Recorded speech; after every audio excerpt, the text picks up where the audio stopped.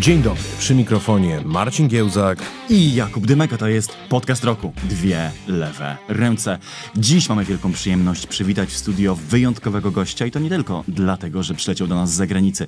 Jest z nami bowiem Maurice Glasman, członek Izby Lordów z ramienia Partii Pracy, akademik, publicysta, autor licznych książek, w tym ostatniej Unnecessary Suffering i komentator życia publicznego. Także współzałożyciel ruchu intelektualnego Blue Labour. O tym, czym ów ruch jest, jaką przyszłość dla globalnej lewicy widzi nasz gość i dlaczego jego zdaniem brytyjska Partia Pracy potrzebuje trochę więcej złości, porozmawiamy właśnie w tej rozmowie. Good morning, lovely to have you here. Great to be here. Thank you for having me. Lord Glasman, I hope you will not be in any way offended if, on account of our being ardent Republicans and bona fide social democrats, we will refrain from addressing you as my lord throughout the course of the interview. However, it might be of interest to our viewers. Why does such a stalwart defender of the cause of socialism at the same time subscribe to the view that there should be a House of Lords or indeed a monarchy? Oh, I love the monarchy and the House of Lords. So the reason is because I'm a Democrat and I think that republicanism has a massive failure inside it. It can never resolve the issue of the relationship between the president and the parliament. I think you will live through this over the next few years. President says this, parliament says that, both are democratically elected. We have a king with no power, but he is an object of Solidarność, of solidarity for the people. So we can actually like our king and we don't need to like our politicians. We have no obligation to feel any sense of reverence, or they don't represent the state. So the state is represented by a powerless king who is the object of affection. And that means we can have a very strong democracy. If the House of Commons decides that everybody should wear a red nose on a Thursday, they are completely free to pass that law. So I'm a monarchist because I'm a Democrat. And then you've got the other issue, which you get in, where there's a conflict between the lower house and the upper house. The Senate and the Congress, they're all democratically elected. So I support the House of Lords because we are people of experience who can offer advice, an amendment. But if the House of Commons passes the bill 3 times, everything we've said is irrelevant. So I'm a monarchist because I'm a Democrat, and I support the House of Lords because I wish to see effective democratic political action. But it is a curious type of socialism, I would have said, which assumes that some of us are commoners and others are divinely ordained to rule over us. Okay, so this is a very typical liberal assumption. In politics, there has to be action and authority. So the House of Commons has the authority. They're in charge. I actually also defend the hereditary peers very strongly. Because they have a huge history, family history, or an experience of politics. I can talk to hereditaries whose great-grandparents burnt Joan of Arc. I can talk to hereditaries who were in leading military positions in the Second World War. They're people of experience, and I think that's a hugely important thing. There is a problem not with them, but with the fact that in the House of Lords now, in my side, there's sort of an archaeology of a failed social democracy. Neil Kinnock, Tony Blair, Gordon Brown. So you've got a lot of liberal people who don't have much experience of anything except the public sector. But the idea that you have the church there, the idea that you have the military there, the idea that you used to have the representation of the leading universities means that there is some wisdom of experience in the system that can temper and advise the democratic sovereign. So the sovereignty lies with the House of Commons completely. So it's if you are a commoner, you can have power. If you are a noble, you have no power. That's the beauty of it. So I guess we should go straight to the point. Blue Labour is a paradox theory.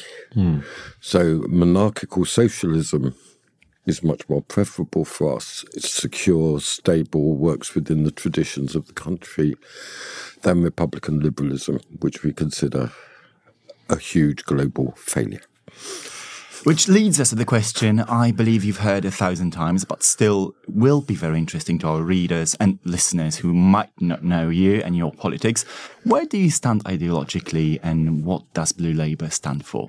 Okay, if you really want to know what we stand for, we stand completely for the Solidarność program of 1981. I mean, we stand completely with John Paul II, Laborem Exercens and Centesimus Annus.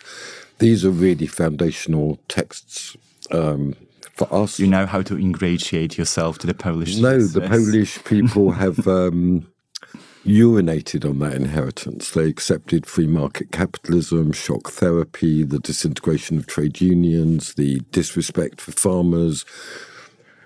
We are still faithful to Solidarność. Blue Labour remains faithful to that very, very... I mean, I came of age, I grew up.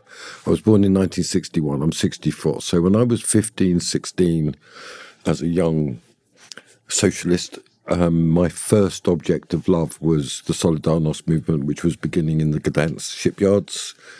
And then I went to university in 1979. That was my political solidarity, was with Solidarity. And that's where I realized that there were some very strange people on the left who preferred the Soviet Union. And they are still people who prefer Russia to Ukraine, in the war. So really, it's been a lifelong... and I wrote my PhD thesis, Unnecessary Suffering, on precisely how global capitalism, the EU, the IMF, the World Bank, the United States, my country, which was under Thatcher too, liquidated solidarity. I mean, but also it was done with the active partnership of the Polish people. So I'm not ingratiating myself. I'm saying we're faithful. I don't think Poland has been faithful to its inheritance at all.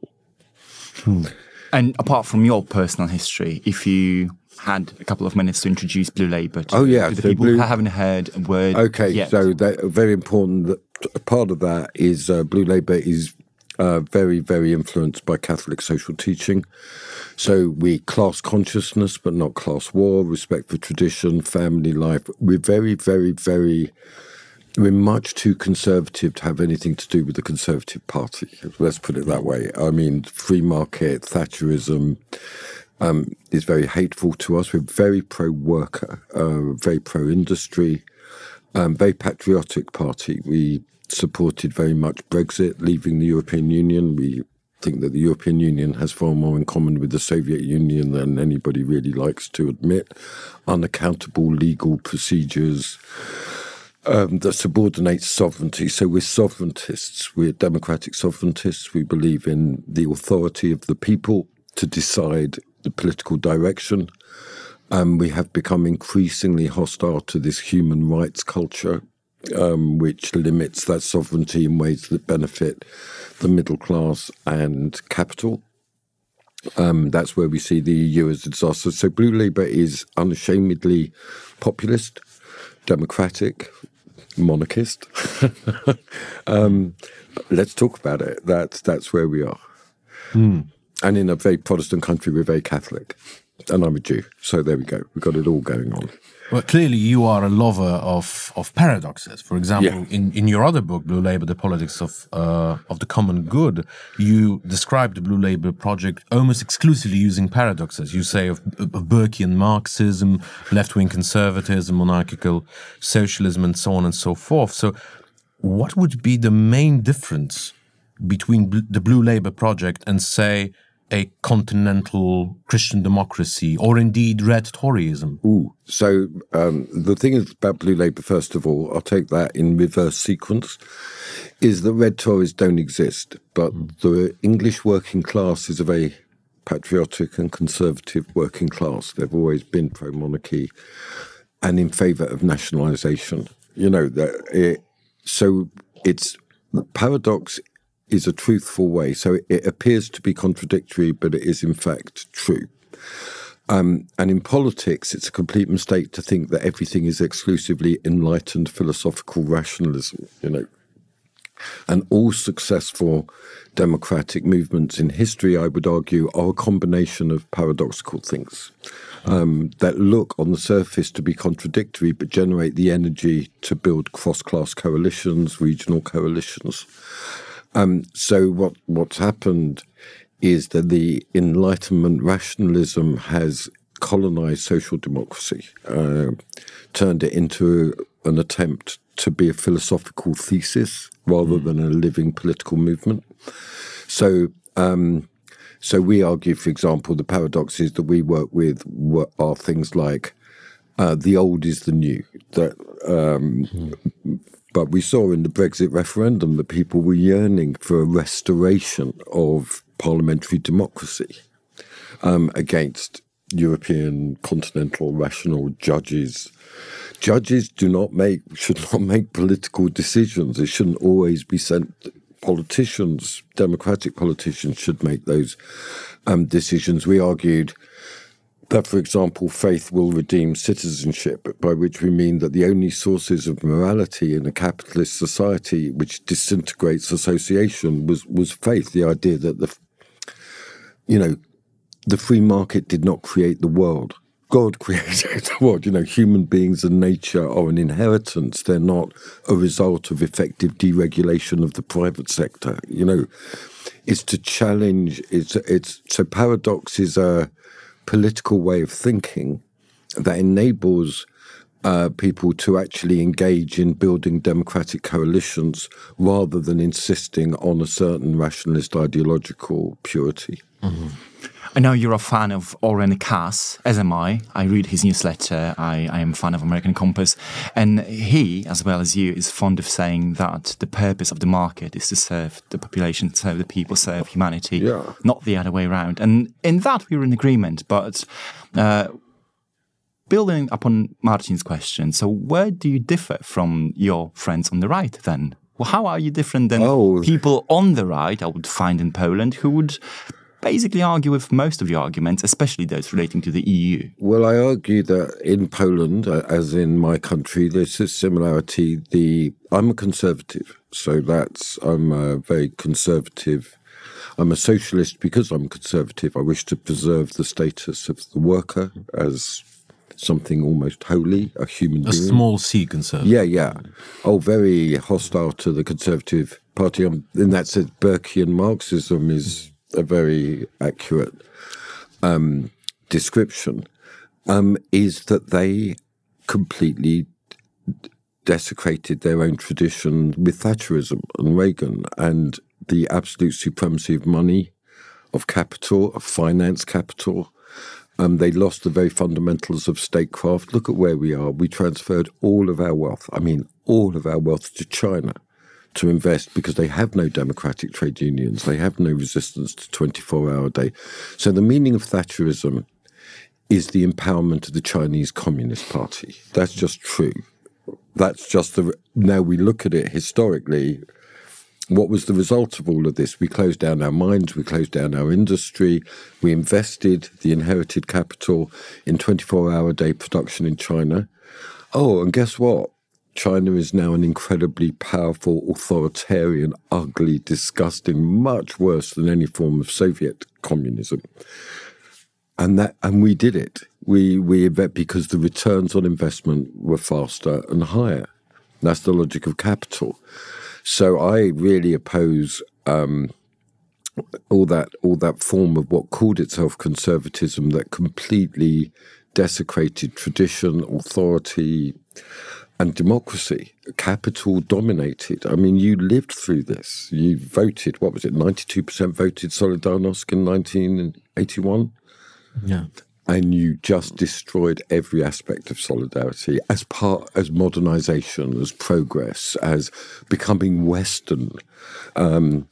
guys, there's pardon me for saying so, but you're quick to absolve the Washington from all its blame for introducing these things, as if they were genuine expression of UK voters' will or Polish citizenship will. I mean, the country was basically bankrupt. Yeah, I mean, it was imposed in many ways. You know, a country is never bankrupt. You know, there are assets existing within the country, and life goes on. A country is not a profit and loss calculating machine. There's much not. I would never, forgive me, I would never absolve Washington from the responsibility. They were absolutely, and it wasn't just Reagan. I mean, this started under Jimmy Carter, was completely globalized by Clinton, Obama too. So what we have in the States now, if you want to get to that, there is a genuine contestation of this story. People like Steve Bannon, Owen Cass, I would say Patrick Deneen, these are the figures that I talk to. They genuinely have a problem with. Now, they haven't yet got to the truth. They haven't yet become socialist. But they're on there. I mean, the Bannon-Musk conflict, Bannon won it, and he attacked Musk as being a capitalist transhuman oligarch. And an immigrant. Sure. I mean, that's also about immigration, which is a thing. For us, mass immigration is a boss's agenda that lowers wages, undermines solidarity. There's completely legitimate reasons to have borders and limits on immigration. We're very, very strong on that one. Before we turn to America, I would like to cross the T's and dot the I's when it comes to Britain.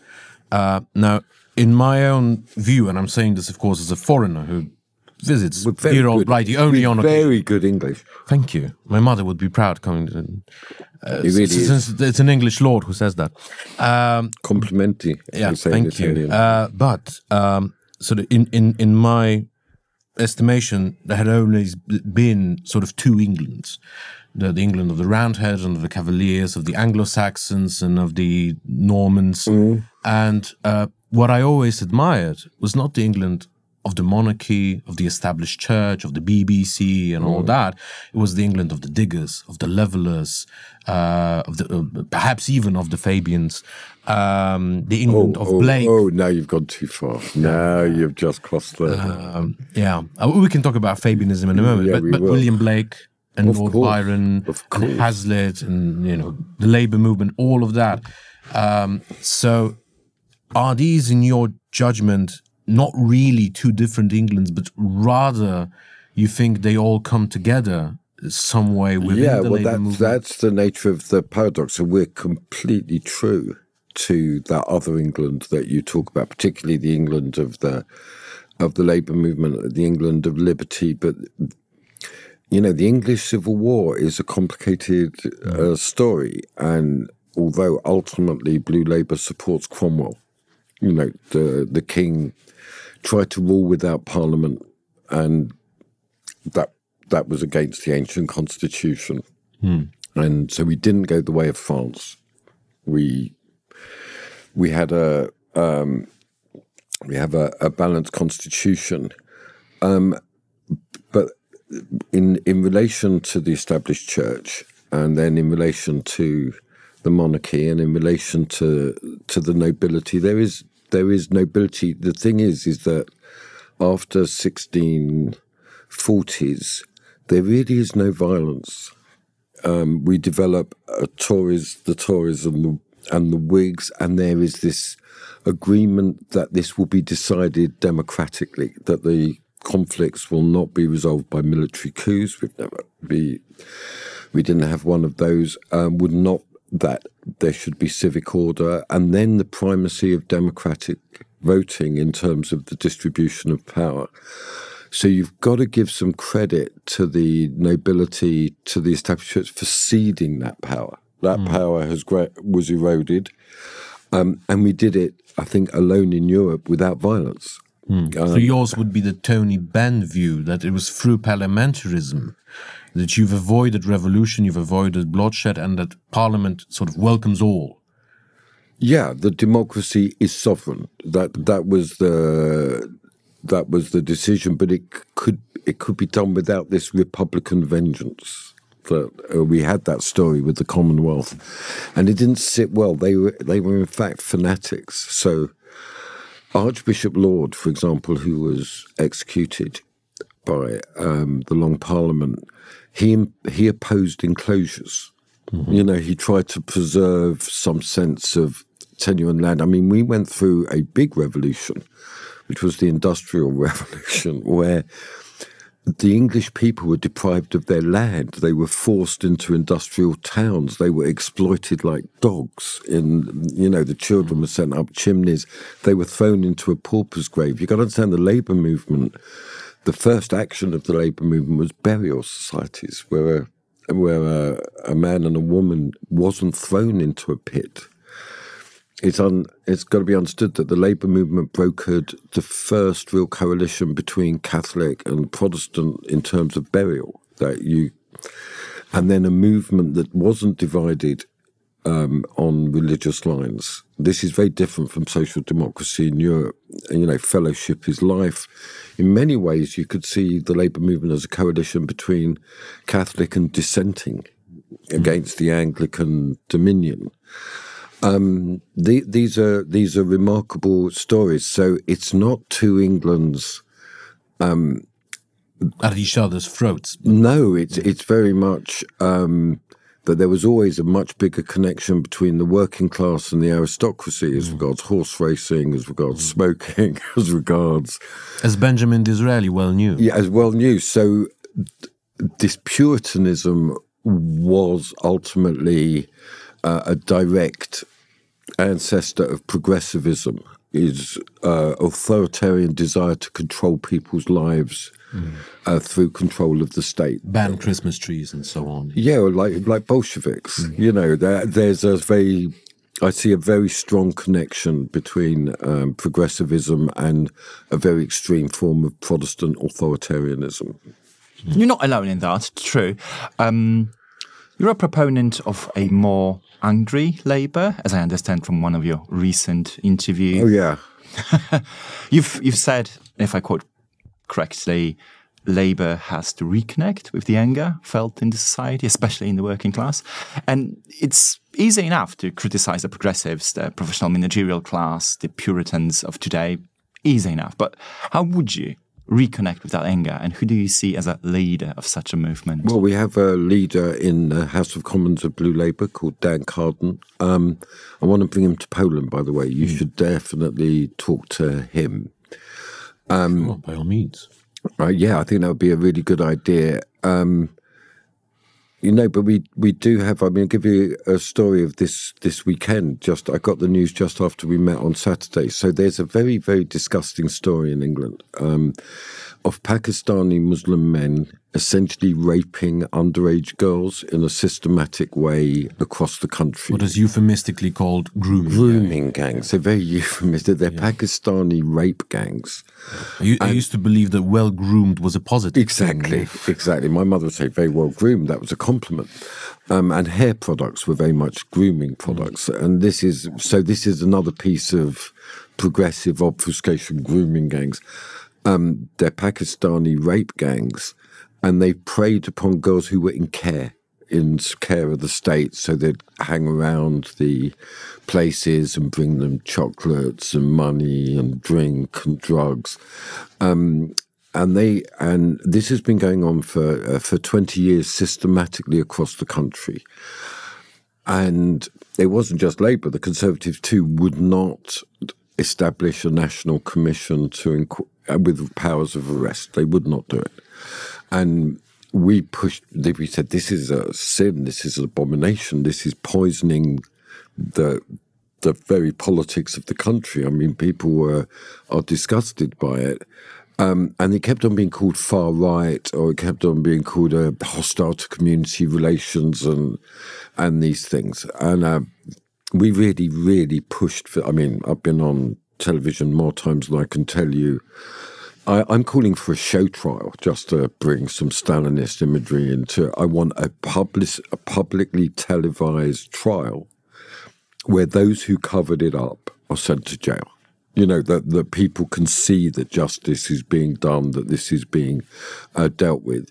And on Saturday night, the government announced a national inquiry, statutory with powers of arrest. So I actually think that the Prime Minister is really moving in the right direction. And that was inconceivable even 6 months ago. So the world is changing. The whole globalization, immigration is good, diversity is a strength, solidarity is a strength, we argue, and industrial strategy. So I would say right now the politics is really shifting quite fast. I can understand why you want to direct that righteous anger against people who are involved in rape gangs. But there are many other targets that potentially a left-wing party should pick. I mean, there are the tech billionaires. Completely. There's quite a lot of... No, I was just... There are many reasons for anger. So personalised and polarised. That's why I was impressed by Steve Bannon's campaign against Elon Musk. I mean, when I was in America for the inauguration, you would think that Elon Musk was much more powerful than Steve Bannon. You know, that the tech, transhumanist, capitalist, he lost. You know, and this is just the beginning of the story. So absolutely against the profiteers, it's got to be actually against the system, the capitalist system itself. That's where we want to direct, and to have far greater nationalisation, participation of workers in the governance of those firms. I mean, we argue very strongly that any firm over 50 people, a third of the seats on the board of management should be directly elected by the workforce. We're on football clubs. We argue that 50% of the board should be elected by the fans. You know, a social democracy, a genuine democracy in the institutions. But politics is indeed changing, and you're right, the anti-immigration argument is a winning one today, whereas it wasn't for many decades past. But I want to ask you, how do you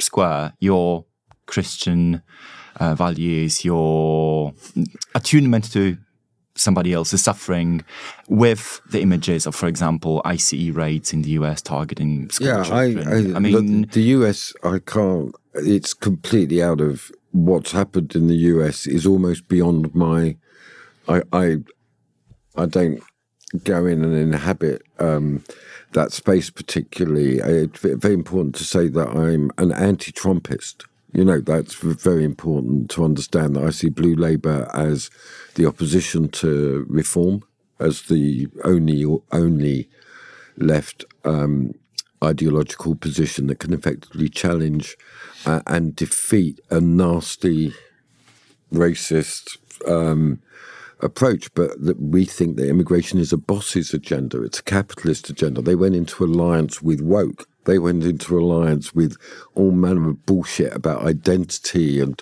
weird shit about sexuality. You know, like mad, bonkers stuff became mainstream, and people lost their jobs at work because they said to a woman that you look nice today. That was sexual harassment. Sexual harassment is not that, you know. There's an insanity to progressives in their lust for authority and domination of people's lives. So just to go back, I'll answer that in a second, but it's to go back to Martin's point. Who are the ruling class? Mm-hmm. The ruling class are the progressive capitalist class.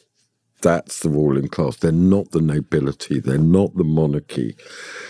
They're not some priest sitting there trying to hold a mass. That they are the progressive class who try to use the state and the law in order to wage a war against working class values and working class interests in the name of a homogenous world of free movement and freedom of goods services.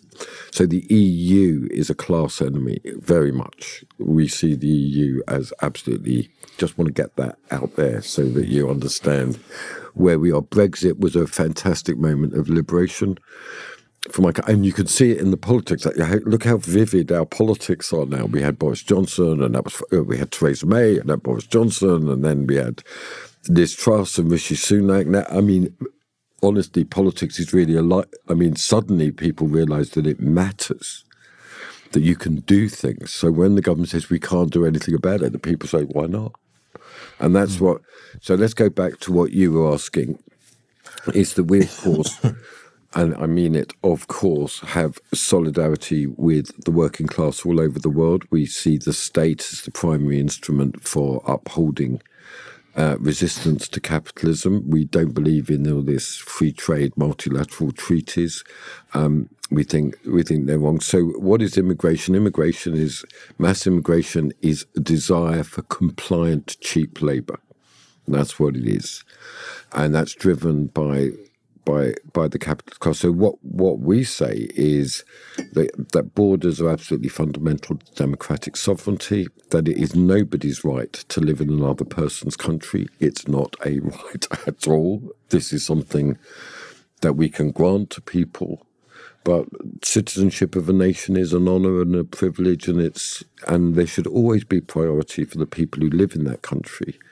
So I don't square with, but I'm totally in favour of deportation of illegal immigrants. I'm totally in favour of very strict punishment for bosses who employ illegal labour. True, but as you've said, the problem is here that United States economy, and to some extent many European economies, are reliant on this labour, and who we pick as scapegoats are the immigrants themselves, while leaving the economy of illegal migration in the US out of the question. That's the disgusting thing. So we call it the deliverer economy. You know, that you need migrants in order to take food to a nation that's forgotten how to cook. Yeah, it's crazy. It's crazy, but that's the economic model that's got to be challenged. It's the economic model of an endless supply of cheap labour. Look, we lived through it. I think we had 1 million migrants from Poland come to England, and they were beneficiaries of the communist educational system. They knew how to fix things. Yeah, they knew how to bricklayers, electricians.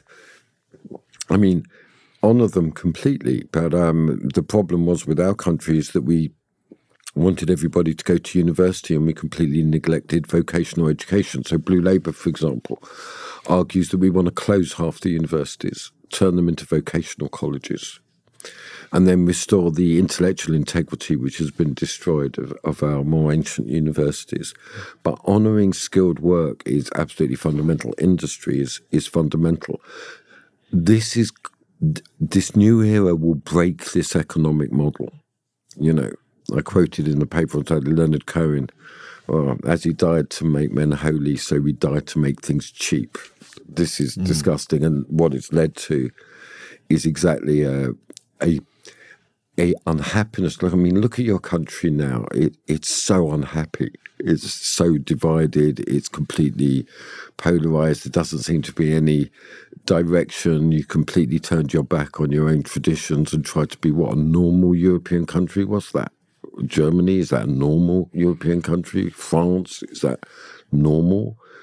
You just stopped in any way drawing upon your own traditions and tried to conform to a global system of capitalism, and now you will have problems with immigration.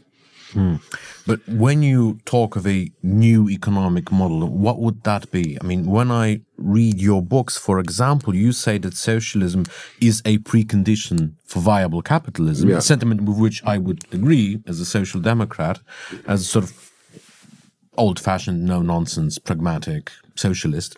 But you also say that social democracy has been very successful in humanizing capitalism. But is that the last frontier? You know, Frederick Jameson famously said it's easier to imagine the end of the world than the end of capitalism. So what is it that you are striving for exactly? Is it a different kind of capitalism, a more Rhenish kind of capitalism, inspired, for example, by the Germany of the 50s, 60s, and the 70s, or is it something altogether different?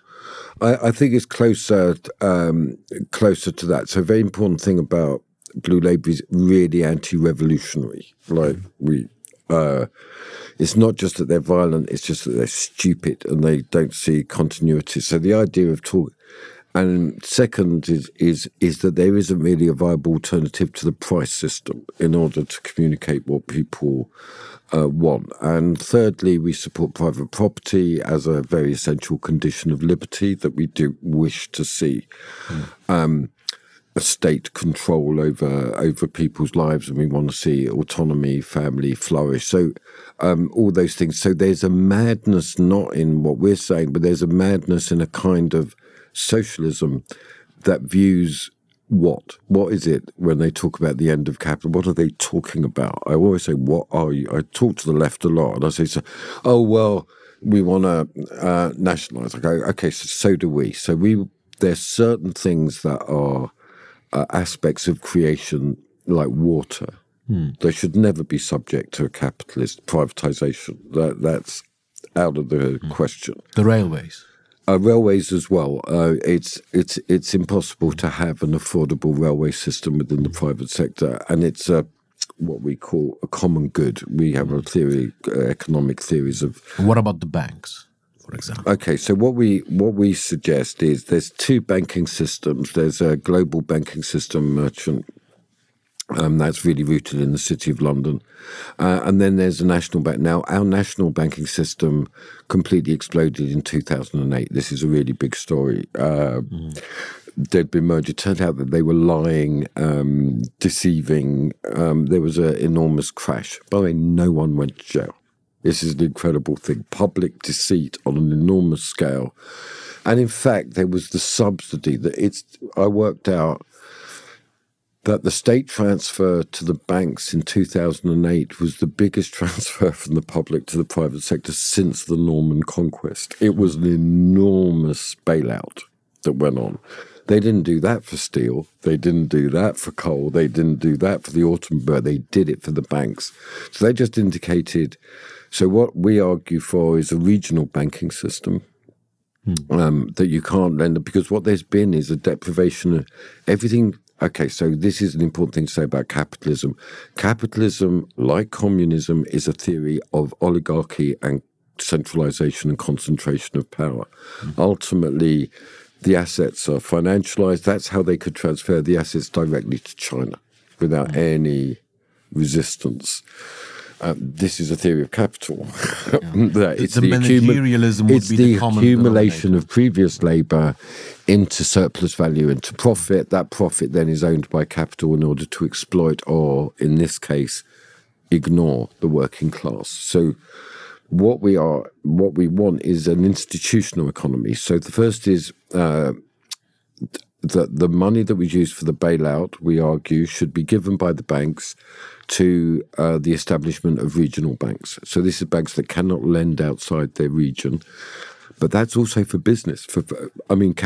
What's happened is small business is being liquidated by globalized pressures.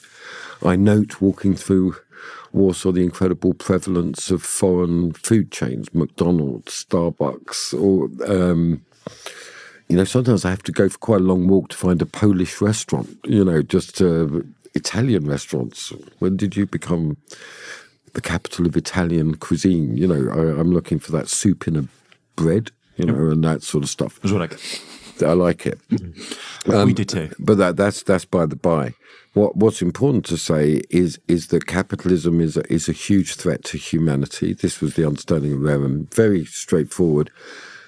But it also has an energy, and that energy should never be lost.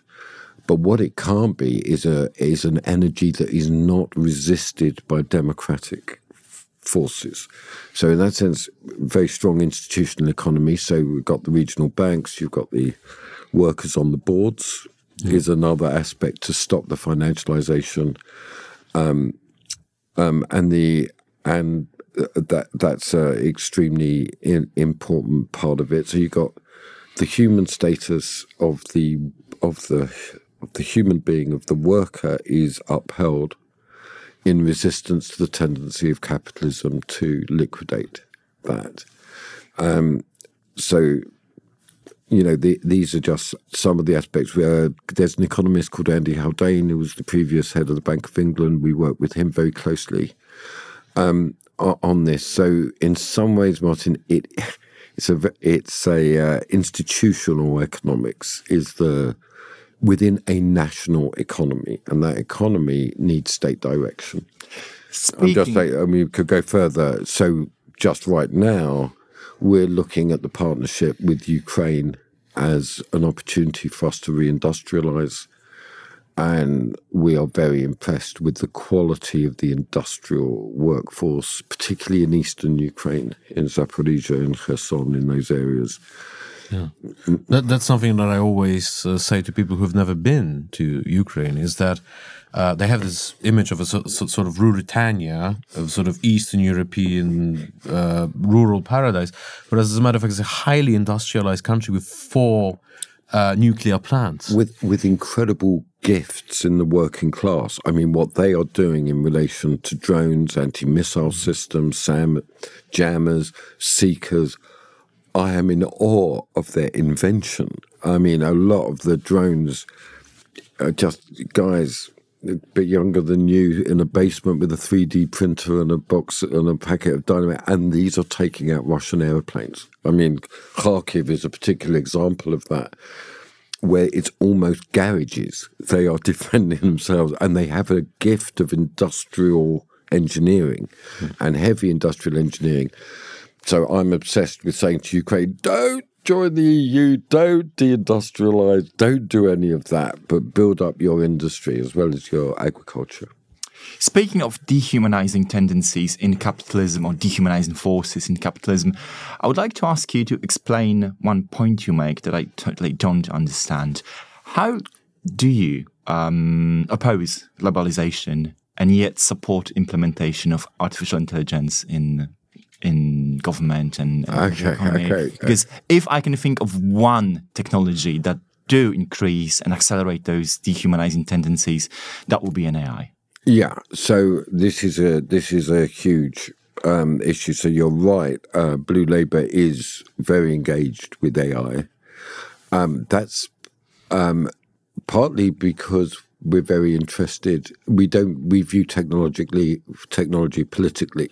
We don't view it as a force that overwhelms. That's all part of the globalization story. Technology knows no borders, so therefore borders don't work. Capitalism knows no borders, so we've got to. This is not internationalism, this is globalization. We think AI has tremendous possibilities for state reform, above all. We have an enormous state, which is an enormous employer. I'm looking at it and I'm thinking that 60 to 70% of state employees are answering emails. That can be done. So we're back to, I don't know, John Ruskin wrote a very big essay called Arts and Crafts and the Machine. And he argued that this was industrial time. And he said, look, the machine is potentially an enormous force of dehumanization of capitalism. But it could also be a liberation of the artisans, arts and crafts, because it does the mundane work, but there's things that only human being can do. So let's go back to Rerum Novarum, let's go back to Aristotle and say that we believe that human beings are fundamentally social beings, longing for relationship and meaningful work, roughly speaking. That's where we are. So the present system of capitalism leads to the lanyard. We're very big on this lanyard class thing that, you know, everywhere you go, you've got to have a picture of yourself around your neck. It's kind of disgusting. So just to go to your point, we see AI, we see the state as a fundamentally administrative unit that is itself dehumanizing. So we think that AI can do an enormous number of the functions of the administrative state and then allow people to do what only people can do.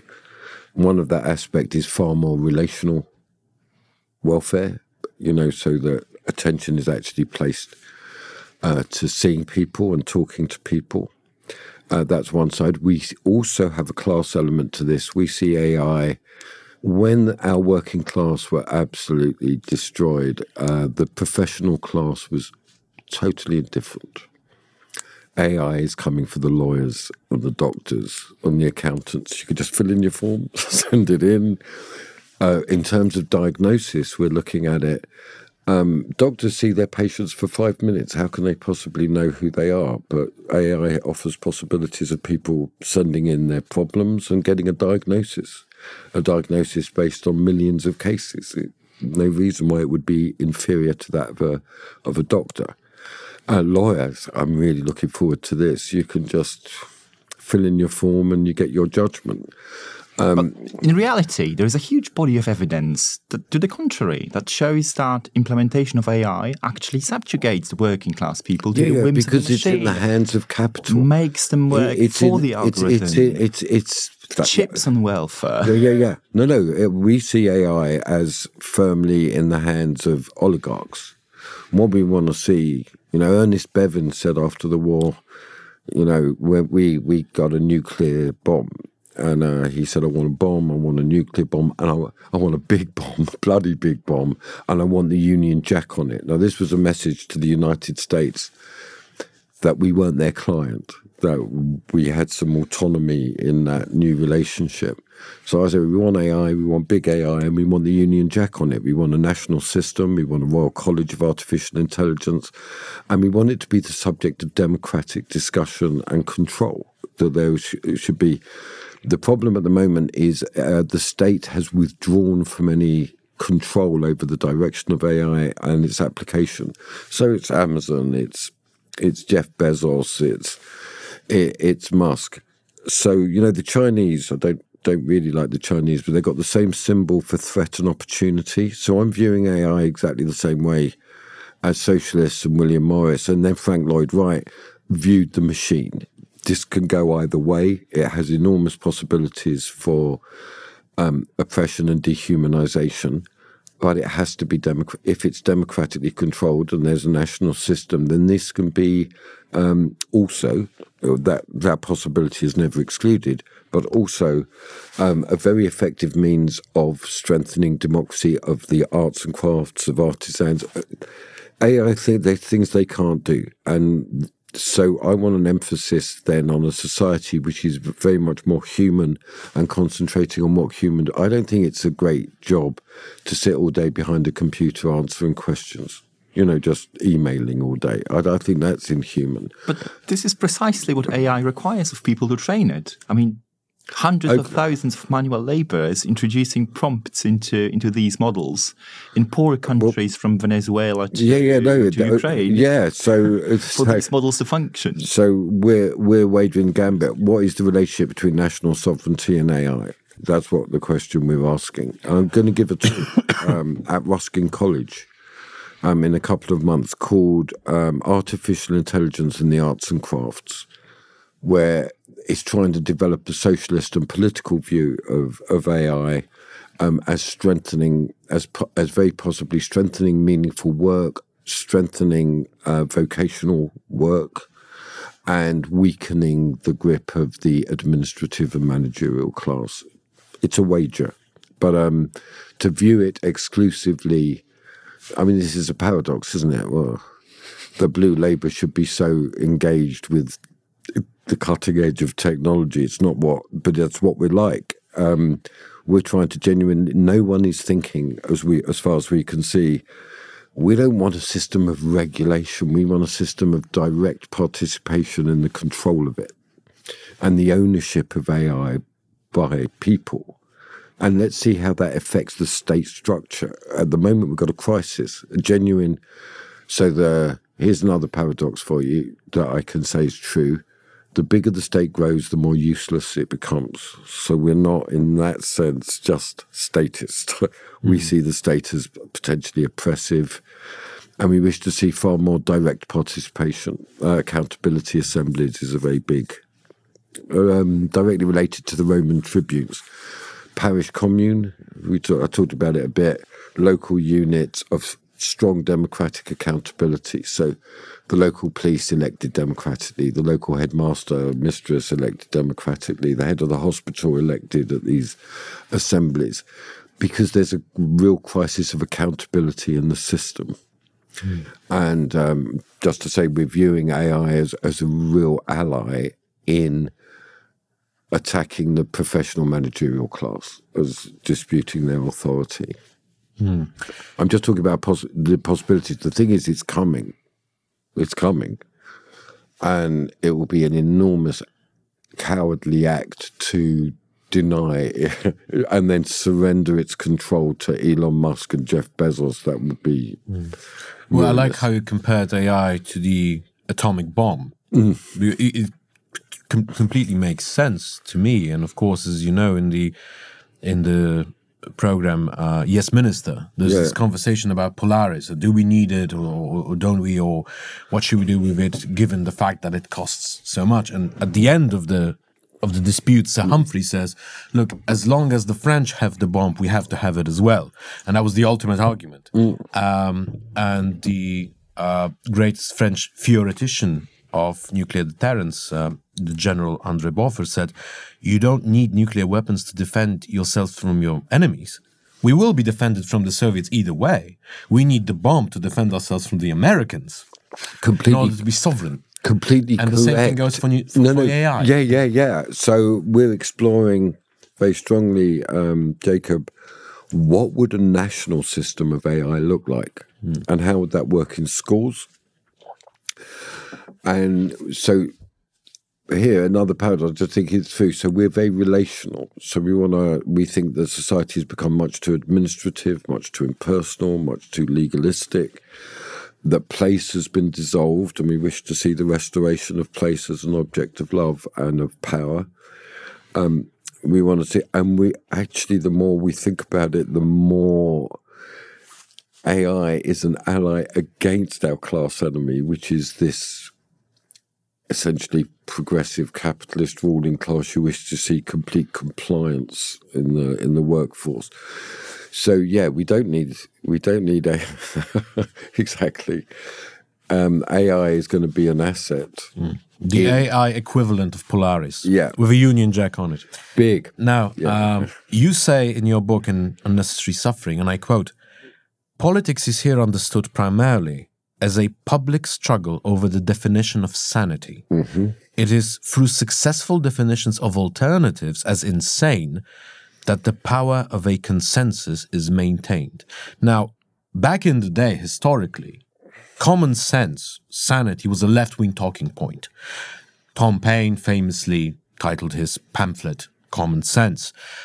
Robert Blatchford, of whom it was said that for every man converted by Das Kapital and Karl Marx, 100 Englishmen were converted by his Merry England. And who would always say that because I am this, old-fashioned, no-nonsense, patriotic, pragmatic Englishman, it is precisely because of that I am a socialist, not in spite of it.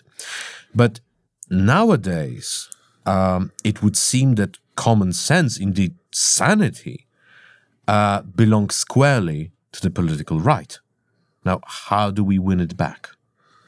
Well, I don't know if that's entirely true. So this is the crucial thing, is that politics is an argument over what can be said, what can't be said, what's insane.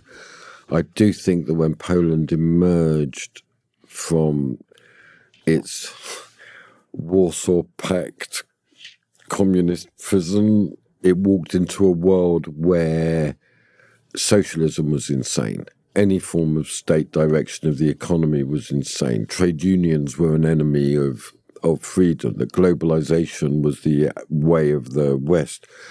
Yeah, so part of my argument, I'm very angry with Poland for being, but I do understand why you conformed to these stupid ideas. You are under enormous institutional pressure to do so. So what's happened, and it's happened over, there's a really good quote I use from Hemingway. The two characters are talking, and one says to the other, how did you go bankrupt? And two ways, slowly, then quickly. This has been building for years. I mean, the Brexit referendum was a real warning that people had had enough. The first Trump term was a real warning that people had had enough. So what you've got now is a genuine space for discussing what is sane. The old definitions of sanity: globalization, human rights law, progressivism, multinational treaties, no sovereignty, free movement. When Blue Labour started and I started saying, I don't agree with this, people said literally, you're mad. You know, these are just absolutely fundamental aspects. And you're on the wrong side of history. That was wrong side of history. Yeah. I always say, Stalinist argument. If I'm on the wrong side of history, why do I keep on winning? I keep on, that just drives them even more mad. Yeah, but that is now increasingly being considered, and it will be considered very soon by millions, as insane. That the period where immigration, that's all great. No democracy, that's all fantastic. Free movement of everything, that's all brilliant. And it's soon going to be seen as a period of insanity that we went through roughly from 1979 until now, you know, until now. But the point is, from those who are progressive, everything looks insane. Trump is insane. Your new president is insane. Le Pen is insane and very bad. The AfD are absolutely terrible. This is all that they literally say to me, the world's going mad. That's the language that they use. But if you don't understand that human beings will revolt against market domination, they wish to have some control, they wish to have some power.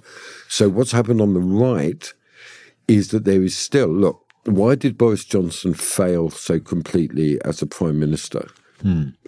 Because he said he was going to take back control, and he said there was going to be a new economic settlement, and he said there was going to be levelling up, and he didn't do anything. 1 million migrants a year under the Conservative government. That's 5.5 million people came to Britain legally. And people said, no. And they did turn to Labour, because Labour means something historically. And now the government is whether the government can understand the new definition of sanity. This is what I'm saying. That's why I considered it important about the Pakistani Muslim rape gangs. It's inconceivable they could have even thought that 6 months ago. They're moving towards, okay, borders really matter. The army now, it used to be that, why are we spending all this money on defence? It should be all on peace. There's no threat to our borders. Yes, there is. You know, this war in Ukraine is going to reverberate continuously. So the right have the battle. At the moment in Britain, the Conservatives, nobody listens to them. I mean, they have killed themselves. I'm not blocking the possibility of resurrection, but it's not going to be in the next 5 years. Reform, a very different kind of party that includes nationalisation of gas, water. I mean, a very curious combination of left and right. So I'm saying the right don't own and what I'm saying is the traditions of anti-communist, democratic, patriotic left is the time for this. Now is really the time for this. And it's sane and it's reasonable. But because these traditions have been the very things, like we talked about it a bit on Saturday, who was the greatest enemy of communism? The Polish Socialist Party, right? Who was the greatest victim of post-communist Polish politics?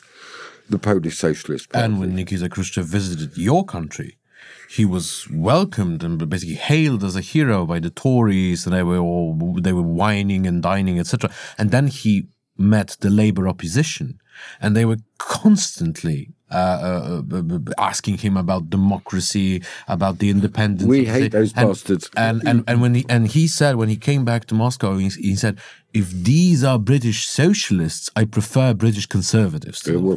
That was completely the deal. But this is just by the by. But after the war, Ernest Bevin, who's our great hero in Blue Labour, amazing guy, never went to school, built the largest democratic trade union in history, the Transport General Workers Union, then became Labour's foreign secretary. He established the United Nations and NATO. He did this. I mean, he's an extraordinary figure.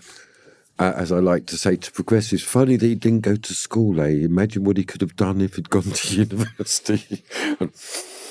You know, because life is not like that. And Ernest Bevin went in 45, he went to Moscow and he sat with Molotov, And he said, "You're not working class."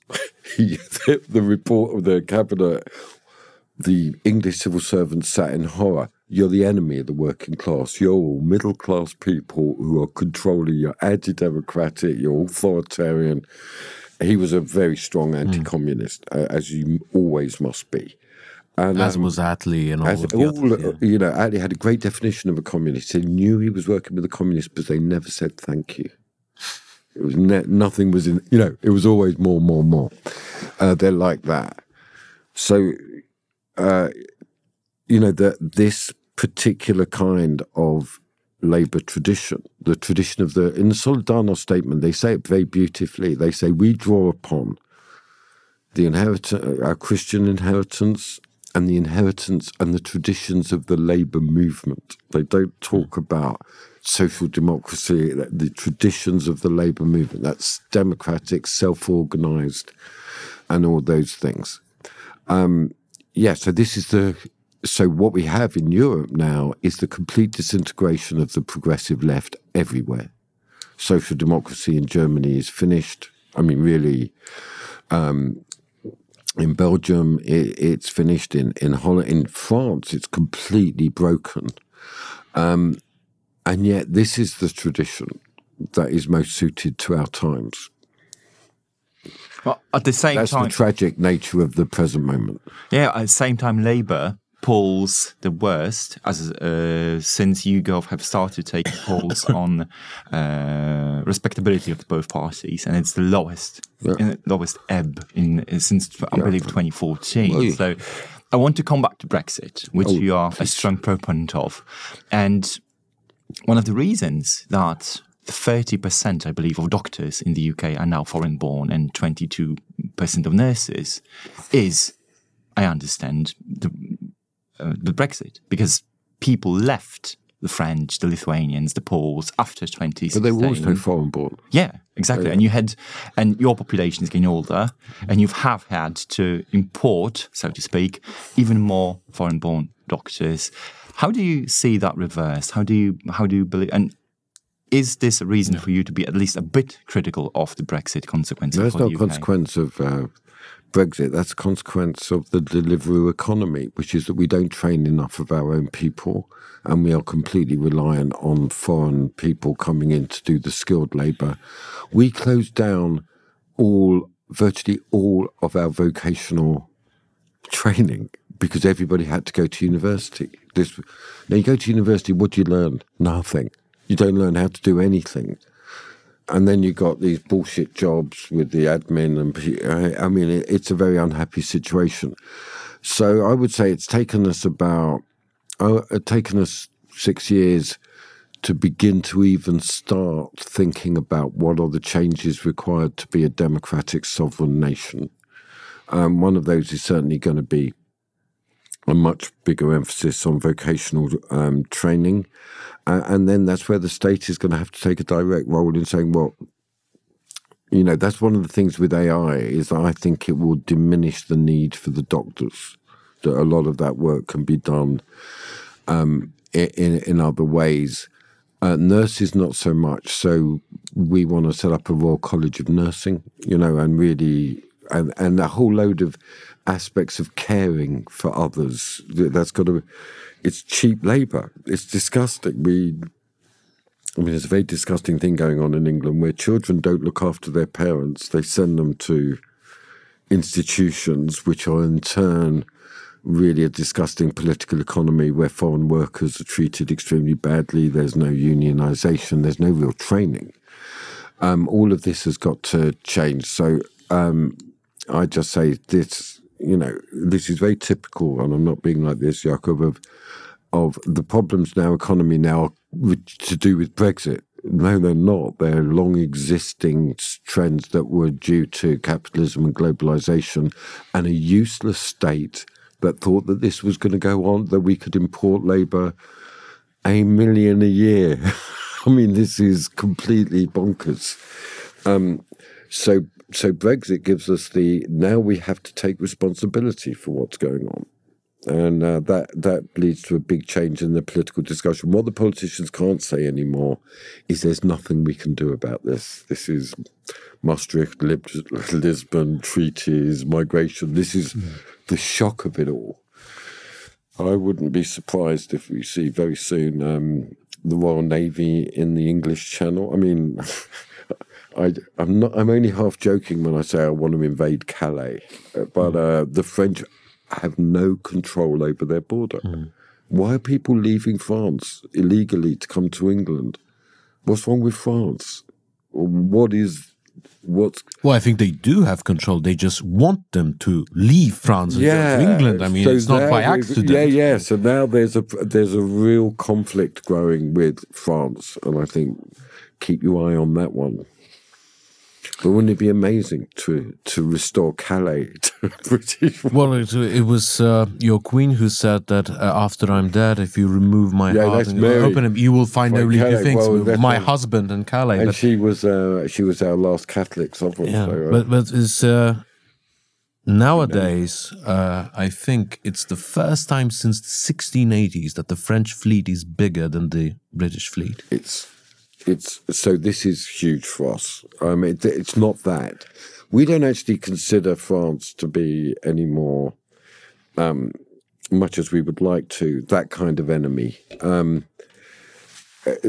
We consider France to be in very, very poor condition overall. And the whole republic is in, things that France cannot deal with its Islamic migration. These are fundamental problems that it's got. But our strategic direction, so this is an area where I'm directly involved, is they thought that there would be no wars in Europe. The strategy of the Ministry of Defence was asymmetrical warfare, like drop a few special forces into Afghanistan and have a war in the mountains. The idea of a genuine European land war and sea war was diminished and virtually irrelevant. So over the next 4 years, we've only got 70,000 troops. That's going to have to be doubled. I mean, if we're going to have any credibility at all, certainly in relation to the ongoing war in Ukraine, we wish to support Ukraine. That's going to lead to the changes in the industrial strategy is fundamentally going to be around defence, and the Navy is a fundamental aspect of that. So these are things that are generally now accepted, by the way, within the mainstream of the government, that there has to be a doubling of our defence budget, and that was if you want to talk about sanity.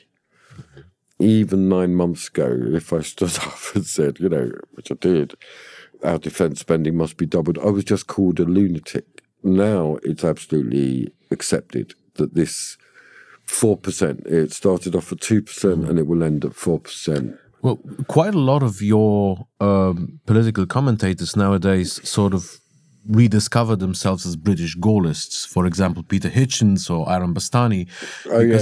Because now they say, well, we thought we were a nuclear power, but it turns out that we may not be able to use our nuclear weapons without the American go-ahead. And the same thing went for Ukraine, where we have discovered that, for example, France was prepared to give Ukraine intelligence data and use their own satellites, whereas British intelligence and British satellites don't really work without the Americans, because it was almost assumed that the special relationship will go on forever. Well, this is a mistake that we made. I mean, it wasn't Labour that did it. Just to make a small party political point, we always are. So the Bevin doctrine was maximum alliance, maximum autonomy. That's what our story was about the nuclear bomb. The nuclear bomb was completely directed to America. We will have our own nuclear deterrent. We will maintain the levels. There's a fantastic, Muslim, I looked it up, there's a fantastic cabinet. It's 1947, okay? It's 1947, the war's over. We've got a Labour government that's committed to the nationalisation of water, of steel, of the Bank of England, of mines. It was a very big socialist. The NHS, 1 million new. Yeah, homes. you got it. And we come out of the war bankrupt. I mean, in technical, we're totally bankrupt. There's American loans, and Attlee and Bevin, you know, it's like, okay, so through some brilliant maneuverings, we persuaded the Americans to join NATO. That was an incredible act in itself. America could have completely gone its own way, and there were many in America who wished it to do so. And remember, Roosevelt was much fonder of Stalin than he was of Churchill. This was tough work. And their cabinet, and there's a Chancellor of the Exchequer called Hugh Dalton, who was the Labour Chancellor. He said, look, we've got all this nationalisation, we're doing all this welfare, we don't have any money, we're going to have to cut defence spending. To quote Rachel Reeves, there simply isn't any money left. Yeah, we're going to have to cut the defence spending. And Bevin said, no, we're not. And Attlee said, I agree with him. And that was the end of the entire conversation. What I'm saying is political decisions were made in cabinet, and the strategy was precisely maximum alliance, maximum autonomy, that whatever happened, we had to maintain our nuclear and our defence capacity independently of America. That was absolutely the nature. And that was maintained really up until round about, it began to erode in 56, 57, you know, the Suez and then this was inconceivable to someone like Thatcher or Blair, who saw this American alliance as unproblematic. Now we're back. I mean, you notice when Keir Starmer went to the White House, I mean, this is very recent. So he went to the White House and he said, we are completely committed to strengthening, going further and first, you know, together, but we support Ukraine. And they went, oh. And that was the turning point. That was exactly Bevanite. We support Ukraine, and we will support Ukraine irrespective of what you do. That was the commitment that was made. I was very, very, very happy with that. I wasn't expecting it to be so Bevanite. We are with you, and yet we will have our own European initiative. And I'm very confident that the UK will lead Europe. This is the thing about Brexit. Whoever thought when Brexit happened that Britain would lead the European military support for Ukraine? I think plenty of people here would disagree. I mean, plenty of people here would disagree, seeing the amount of GDP spent by Poland, for example. Oh, no. Poland is definitely building its defence. But these are a matter of, if you look at France, Germany and Britain, who is the leading figure in the support for Ukraine? Who will Poland look to as its natural ally? Yeah, but then again, I understand the rhetoric. I understand that the rhetoric is Bevanite. But when Macron asked Starmer, "Can you give me 20,000 troops?" he said, "Well, I first have to, check with America if I'm allowed to do that."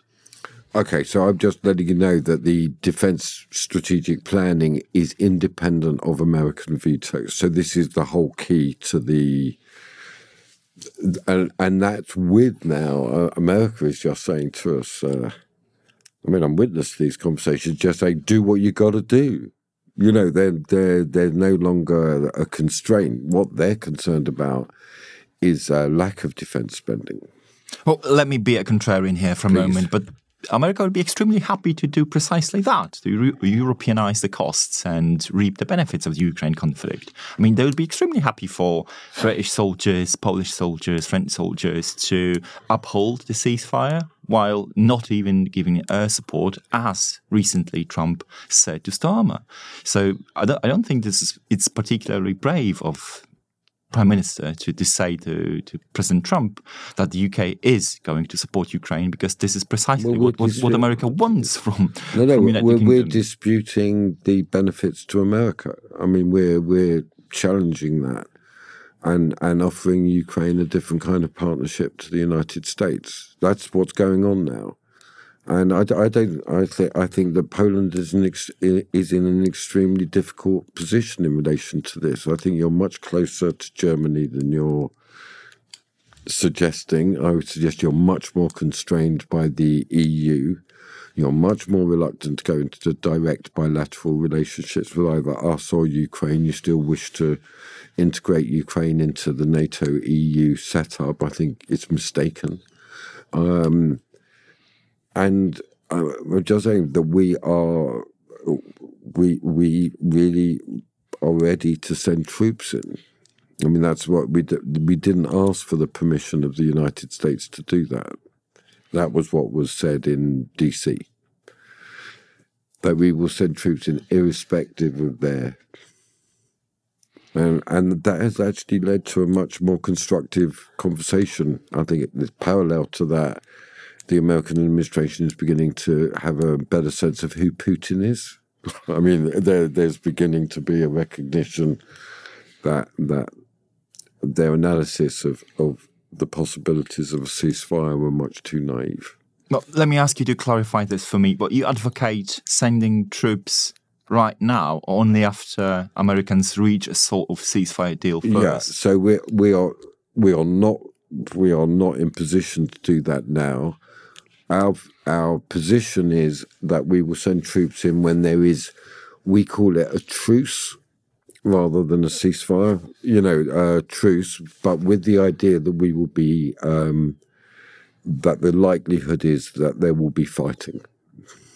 But what's got to happen is we've got to have the space. We want a truce because we want the space to increase our military capacity, Ukraine's military capacity. This war is by no means resolved at all. And we're willing to do that with any allies who are willing to join in. Just to let you know, the French, they go, oui, non, you can't get a straight answer out of them about that. But we've been unambiguous with that. Marcin is a way better expert than I am on French military strategy and spending, but from what I understand, it was Emmanuel Macron who proposed... No, it was their initiative, which Britain joined, and they never said that they wouldn't send troops. They always said they would. Look at the caveats in there, given the conditions. No, these are the exact same caveats that Keir Starmer brought up. Well, that there has to be a ceasefire, and that that would be a multinational contingent. Yeah, I'm just saying these are the exactly same caveats. That now, I mean, certainly we are arguing for, but it has a lot of resonance within the government that we are prepared to act unilaterally in that regard. You would send British forces even if nobody else would, not France, not Germany, not... Well, particularly not France and Germany. We think that the Baltic states would be prepared to send, and we think that Scandinavian countries will be prepared to send. Yes, but the Baltic states, I mean, Latvia has, 8,000 troops? No, I know. I would just say that there will be a coalition of some kind, but we're planning on the basis that it won't necessarily include France and Germany. Only because we don't think Germany is committed to this. No, Germany isn't. France is. Yeah, but we think that Germany will only do this if the Americans will tell them. Yeah. Okay, so this gets to the political point of that, which is that the British people support you. There's strong popular support for Ukraine in the British population. You go to the small towns, Wilson, and the council estates, and there's a little blue and yellow flag in the window. It's a popular policy, okay? We don't think that's the case in France. We think that Macron is much more vulnerable to political pressure from popular dissent, from Parliament, and he can't really control the Parliament.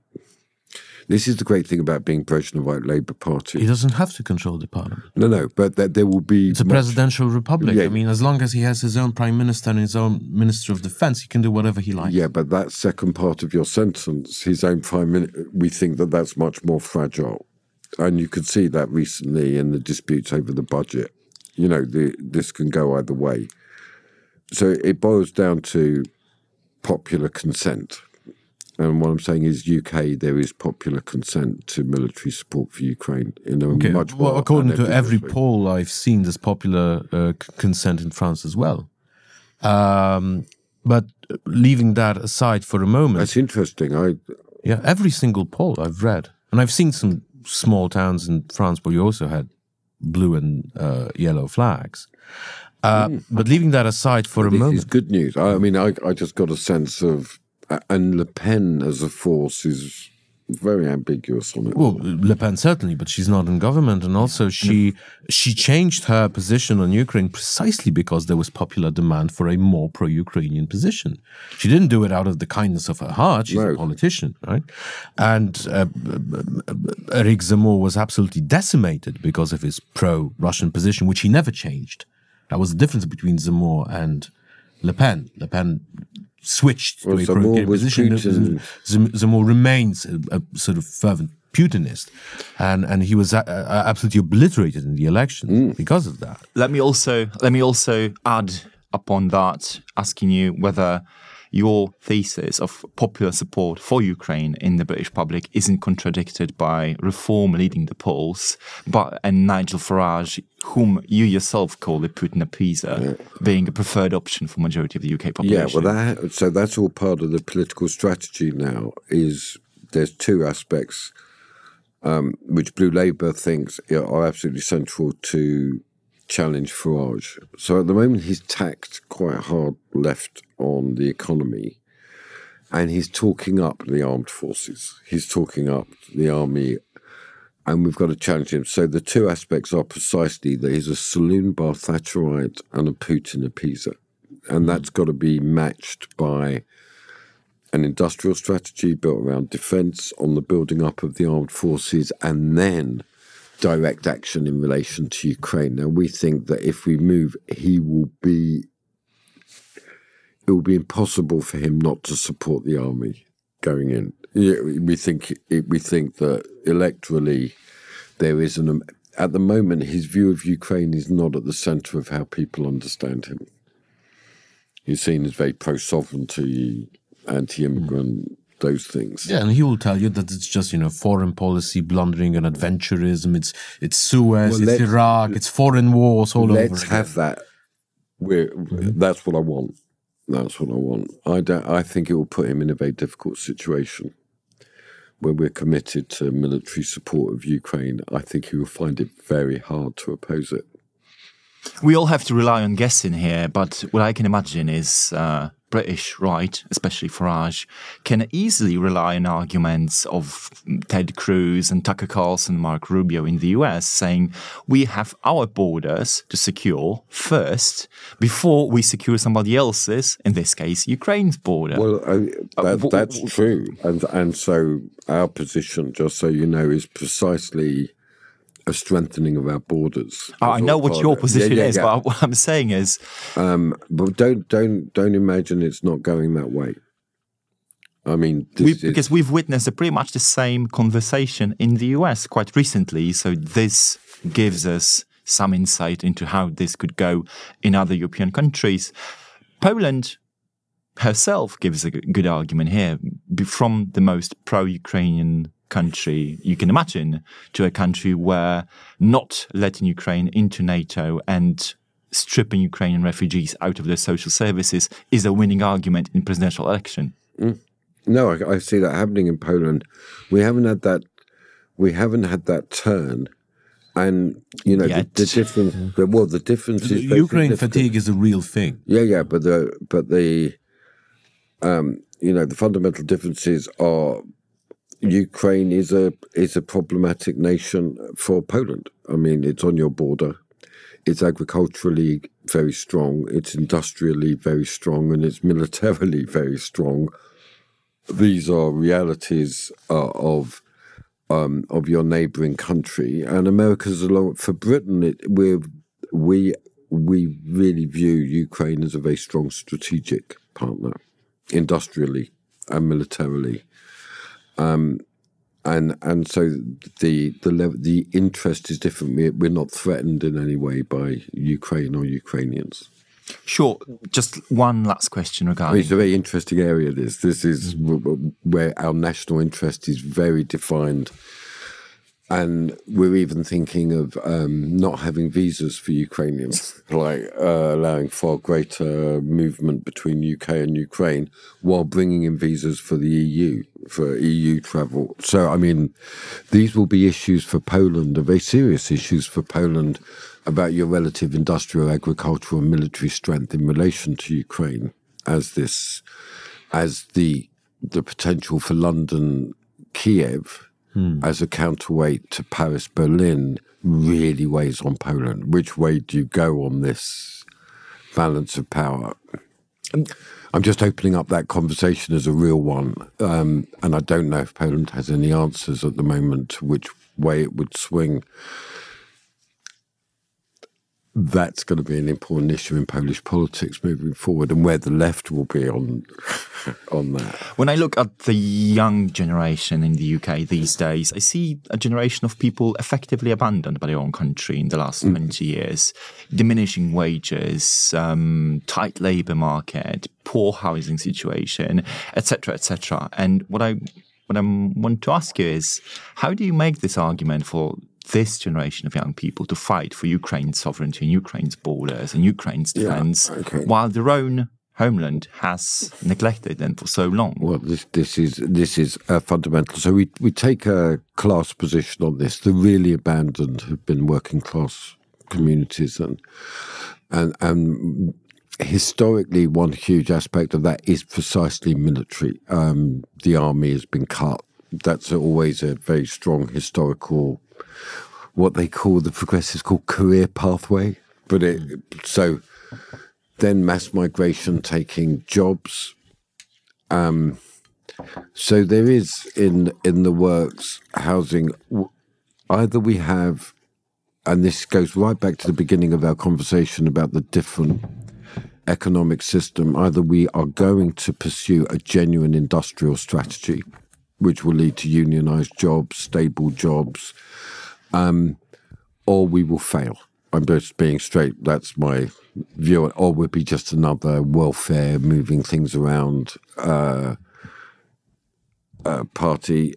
Young people are voting, are voting for reform as well. I mean, they're really capturing that. So this is the real... We are now entering into the life or death moment of the government. Is it going to go this way? Industry, jobs, renew the army and be assertive, and or is it going to just say, okay, we give more to the NHS? No one notices any of this. We give more to the NHS. We're going to take a bit from here. Then we've got to move into a strong restructuring of the state to make it more effective. That's our AI part of the discussion that we've had here. Just for the record, I still disagree. Yeah. Private sector unions, we've got to absolutely support private sector unionism, particularly in relation to the industrial strategy. And our politics is curiously for reason there's no threat of the regime is not unstable. Nobody's talking about getting rid of parliament and having a different form. It's just there's a useless political ruling class and people are turning to alternatives at the moment. That's reform. The whole point of Blue Labour is saying, no, there's an insurgent movement within the Labour tradition that is ready. That is ready to rule. We are that group that say, no, we do. I mean, we've got a very detailed programme for government, but the crucial thing, Martin, is you've got to lead an insurrection by the government against the state. That's the crucial, not to defend the status quo. That still doesn't answer my question about young people, though, I'm afraid. Well, this whole stuff with young people, the reason is because it's bullshit. All this young people, we got to support old people. We love old people. But it is the young who demand to fight. The young are differentiated by class. There's a huge number of young people who are absolutely progressive. Military prowess depends on the young generation. So we're directly targeting working class young people and really ignoring the concerns of progressive middle class, who we think we've pandered to. Universities, go to university. There's got to be... So when it comes to the AI, for example, we're suggesting that when it comes to the retraining of the people who lose their jobs, that they are vocational retraining, that they can become engineers, electricians, carpenters, not, more careers in services and teaching. It's very important that we restore the dignity of the industrial working class as the prime agent, and we think that will be a very good offer to young people. But the reason I mention it is that we need to bring the older people back into the training. That this is... So, just to summarise, Blue Labour is covenantal, not contractual. Covenantal means intergenerational solidarity. That's why I'm resisting to the stress. We think authoritarians always talk, Juventus, fascists always, and the communists always talked about the young. No, we, at our best, we're at our oldest. We want to bring the young into relationship with the old and restore that kind of intergenerational solidarity. And the vocational colleges will be run by old people who can still remember how to fix a plug.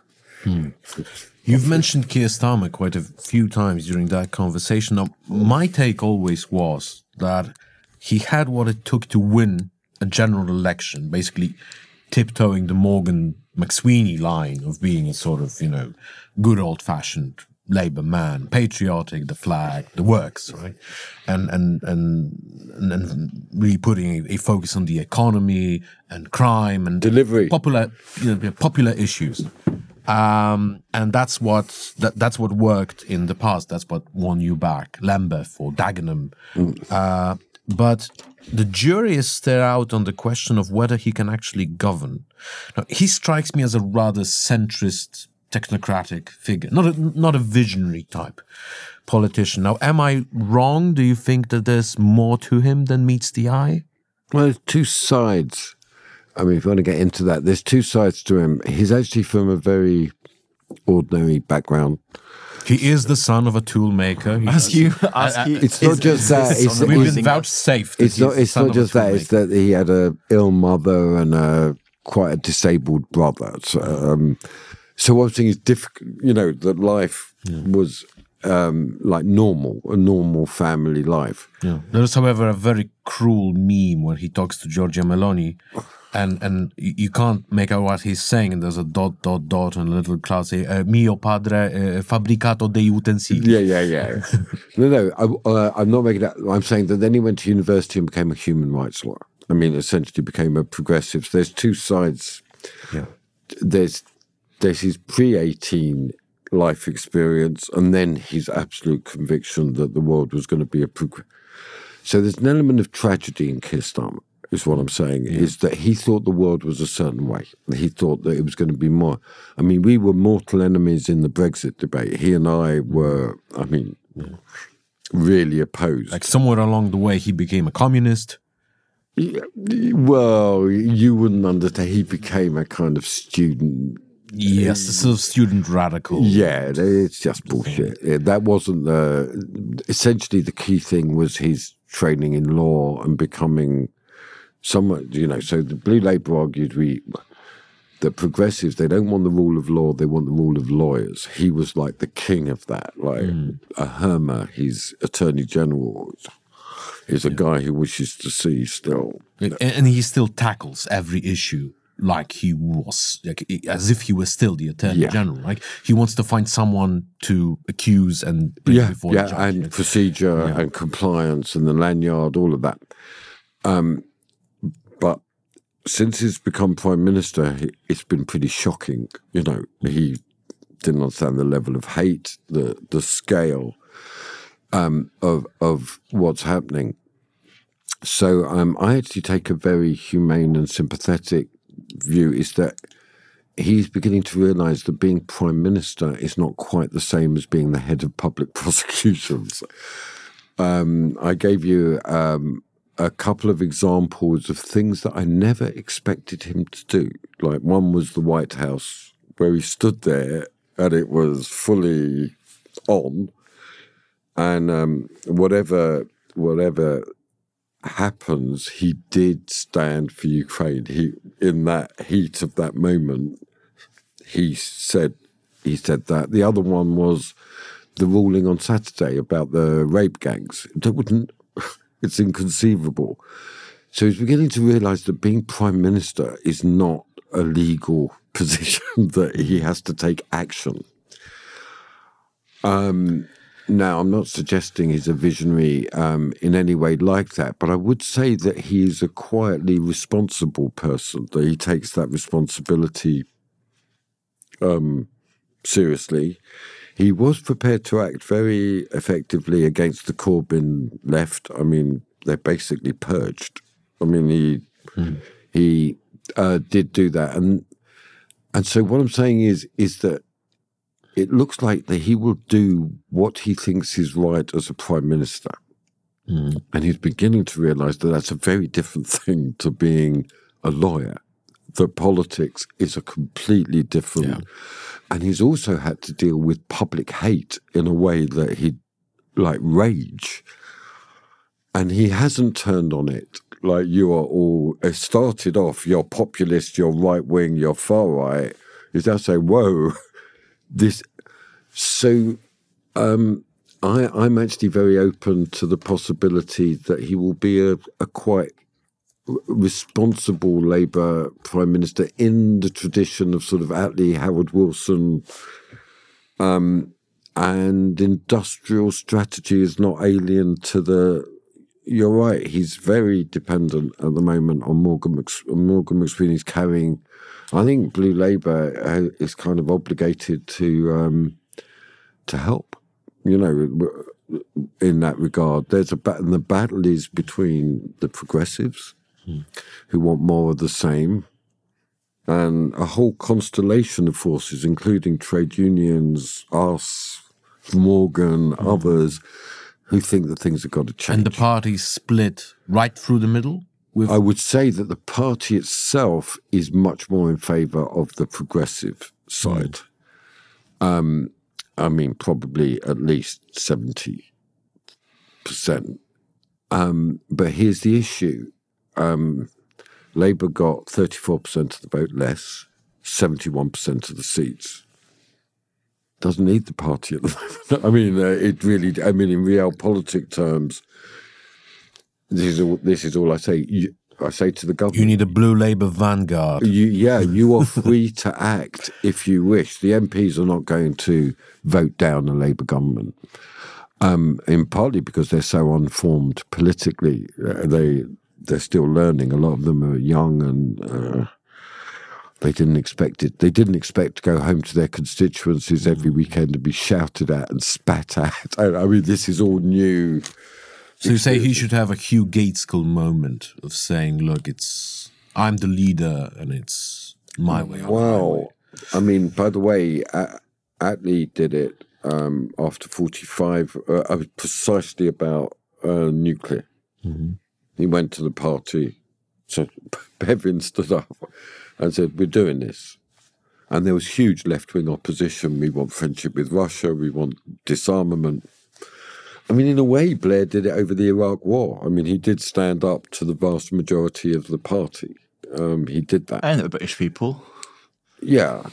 And we took dissident positions on all that. I've always, by the way, I supported an attack on Iran, not Iraq. I've always thought that Iran was the menace. You might have your wish granted. It looks like it's coming through. Yeah. Listen, it struck me when you've said about the need for the show trials, and this brings me back to the Keir Starmer question as well. He'd love that. I mean, this is the question, because do you think that Starmer, as you know, the ex-chief prosecutor would love a show trial, yeah. But a private one? No, I'm talking about televised. Yeah, you think Keir Starmer would have it televised, or he personally would rather have a private affair? But no, my real question is about something different. Presented with the riots last year. Wasn't it an impossible moment for somebody like Keir Starmer and for any prime minister, because you can't go the right way? If you persecute the rioters, you are presented by the tabloid media and the global right as somebody who's against your own population, protesting the violence and immigration, etc. You do not prosecute them. You're on the side of the violent mob and the racists and the hooligans. What do you do? Okay, this is crucial. So I think very much that he got it wrong, very, very wrong. But he hasn't continued to get it wrong. Is what I'm saying. Is that he's on a learning curve. That's a nice way of putting it. That's a very progressive way of putting it. He is learning the hard way. But also it's not just calculative. So the dominant narrative was that this anti-immigrant, anti-Muslim feeling was all the far right. And meanwhile, there were weird pro-Palestine demonstrations going on when nobody was arrested. And so the two-tier Keir came into existence, this idea that there was a double standard. And that was considered a far-right narrative as well. Now it's not the case. Now it's and what also we see is that parents of the girls who were raped went to the police and they were in turn arrested for being racist when they... And Keir Starmer's going, what? This is the whole meaning of this grooming gang national inquiry is a recognition of legitimate public concern. So what's got to happen is any of those rioters who committed any violent act should go to jail. I'm very hardline on civic order. So throwing petrol bombs into a mosque is not something you can just say, oh, well, I was in a bit of a bad mood. No. But people have been arrested for things that are not a threat to public order. In fact, they're aspects of freedom of expression. That's what's got to change. And we will see it. We will see it coming. A far greater emphasis on civic order in immigrant areas. This is all part of the. So don't underestimate both the symbolic and the real meaning of this grooming gangs inquiry, because it opens up the space for a recalibration of the legitimacy of the justice system.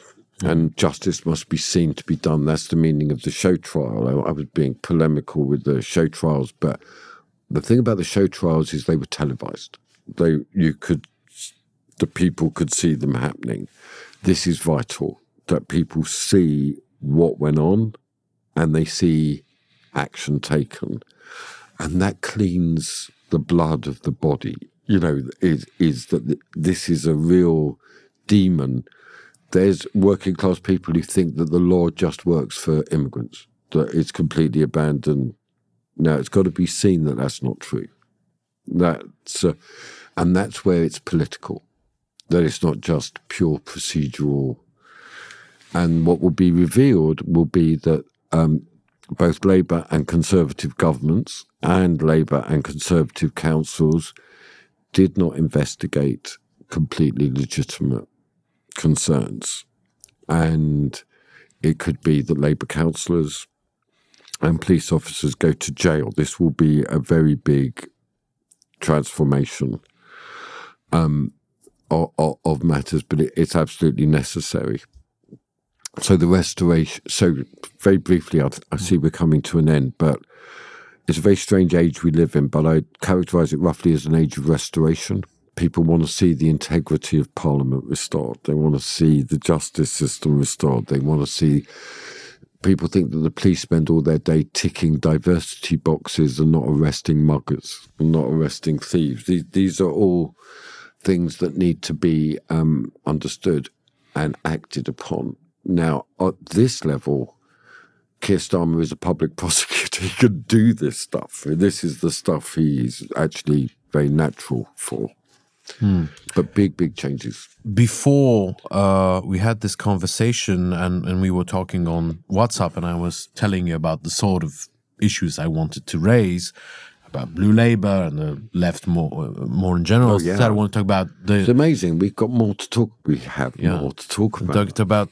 I said that I also want to talk about the state of England, to which you replied that you want to talk about the state of Poland, as you are very much interested in our country today and its traditions. So before we end, I thought I would ask you, you've spent some time in Poland, you've spoken to a lot of people, journalists, intellectuals, members of parliament. So what's your general impression of the state of Poland today? Quite tragic, quite stuck, quite confused, quite angry. Nobody can articulate, any discussion of leaving the EU. No. But what are you going to do here? You need to reindustrialize. There needs to be an assertion of state sovereignty. I think you're going to have immigration trouble. A collapse of the legitimacy of institutions is palpable. A general sense of a resentful listlessness, and blockage is prevalent. And I view all of this as a result of the strategic decisions you took in 1990. When you didn't go the way of solidarity, you went the way of the free market, you went the way of the EU, you went the way of compliance with the international institutions. And I would imagine that outside of the intellectual classes of Warsaw, that farmers and workers are quite pissed off in Poland. Obviously, I would love to see the resurrection of a patriotic Polish socialism that is not hostile to the church. That aspect. The church is in terrible condition. I followed the story with the sex investigations and the idea that they're not going to have a proper investigation into sexual abuse in the church is the equivalent of the Pakistani rape gangs. I mean, it's got to be that is the case.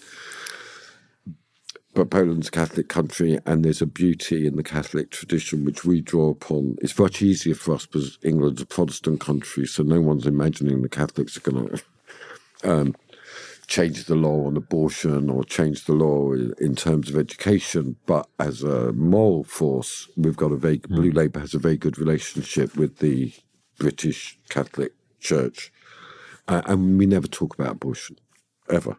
It's all about workers, solidarity, those issues.